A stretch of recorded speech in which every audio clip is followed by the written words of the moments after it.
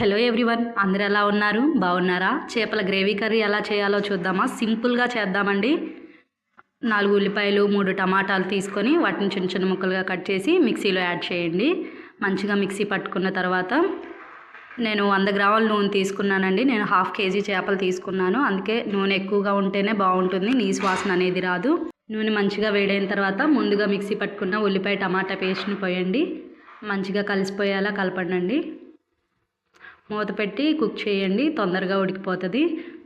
పచ్చివాసన పోయేంత వరకు కుక్ చేయాలండి. ఆయిల్ సపరేట్ అవుతుంది చూడండి, అంతవరకు కుక్ చేస్తూ ఉండండి. కొంచెం పసుపు, టేస్ట్కి సరిపడా సాల్ట్ యాడ్ చేసుకోనండి. అవి యాడ్ చేసి మంచిగా కలపండి. మళ్ళీ ఒకసారి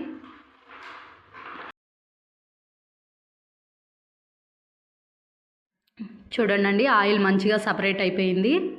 అప్పటి వరకు కుక్ చేయాలండి, లేదంటే అది వాసన వచ్చేస్తుంది. టమాటా పేస్ట్ అనేది కూర అంత టేస్టీగా అనిపించదు.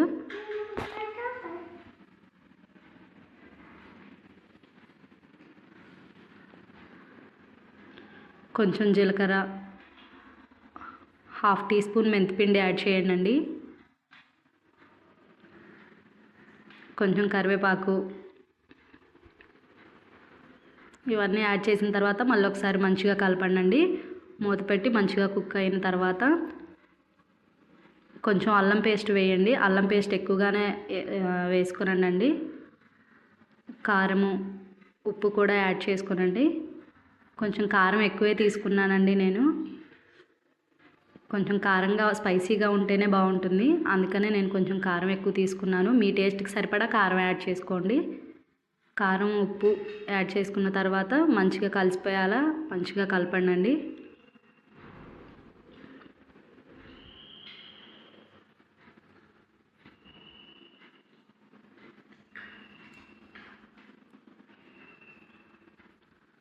చింతపండు నేను ముందుగానే నానబెట్టుకున్నానండి. ఆ చింతపండు వాటర్ యాడ్ చేసుకోండి. మళ్ళీ ఒకసారి కలపండి.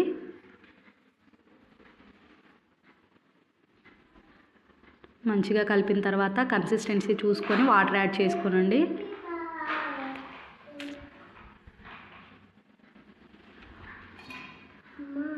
ఒకసారి టేస్ట్ చెక్ చేసుకోనండి, ఉప్పు కారం అన్నీ సరిపోయాయో లేదా చూసుకోనండి.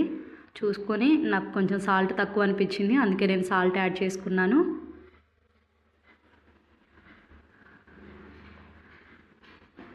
ఇవన్నీ యాడ్ చేసిన తర్వాత అన్నీ ఉడికిపోయే వరకు మూత పెట్టి ఉడికించండి.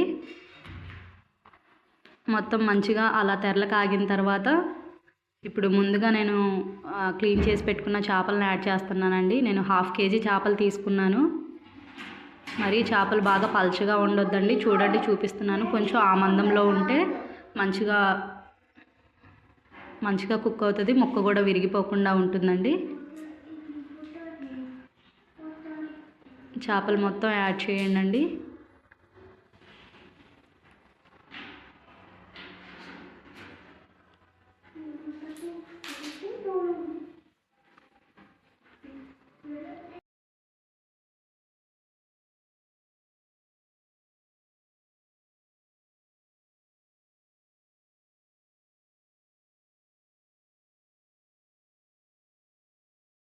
చేపలు మొత్తం యాడ్ చేయండి. అవన్నీ వేసిన తర్వాత మొత్తం కలిసిపోయేలాగా మంచిగా ఒకసారి మిక్స్ చేయండి. ఈ ఒక్కసారే మనం మిక్స్ చేస్తామండి. మళ్ళీ చేపలు వేసిన తర్వాత కుక్ అయ్యేటప్పుడు అస్సలు కదపొద్దు, అప్పుడు చేపలు మొత్తం విరిగిపోతాయి. చేప ముక్కలు మొత్తం చేపలు విరిగిపోయాయి అంటే అంత టేస్ట్గా ఉండదు కర్రీ. సో ఊరికే కదపకండి.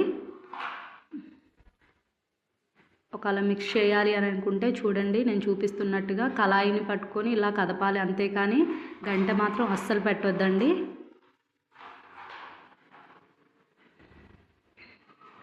మూత పెట్టి మంచిగా కుక్ చేసుకోనండి. ఇప్పుడు దీంట్లోకి కావాల్సిన మసాలా చూసుకుందాము. ధనియాలు రోస్ట్ చేసుకున్నానండి ముందుగానే. ధనియాలు, 6 వెల్లుల్లి, 3 లవంగాలు తీసుకున్నాను. చూడండి, ఆయిల్ సపరేట్ అవుతుంది. ఇలా ఆయిల్ సపరేట్ అయినప్పుడు మళ్ళీ ఒకసారి కలుపుదామండి. మంచిగా కలపండి. గంట మాత్రం అస్సలు పెట్టొద్దండి, గుర్తుపెట్టుకోనండి. గంట పెట్టారు అని అంటే విరిగిపోతాయి.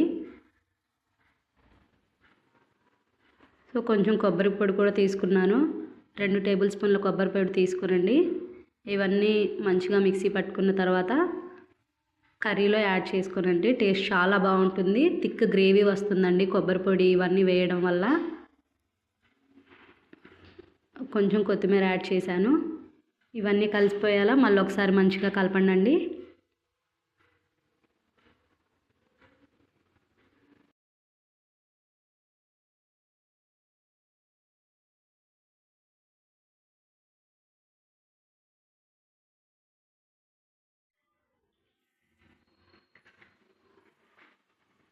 చూడండి మంచిగా కుక్ అయిపోయింది.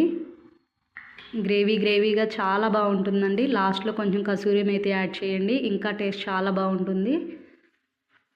వేసిన ప్రతి ఇంగ్రీడియంట్ ఇంపార్టెంటే అండి ఈ చేపల కర్రీకి. ఏది ఆప్షనల్ కాదు, ఏది మిస్ చేయకండి.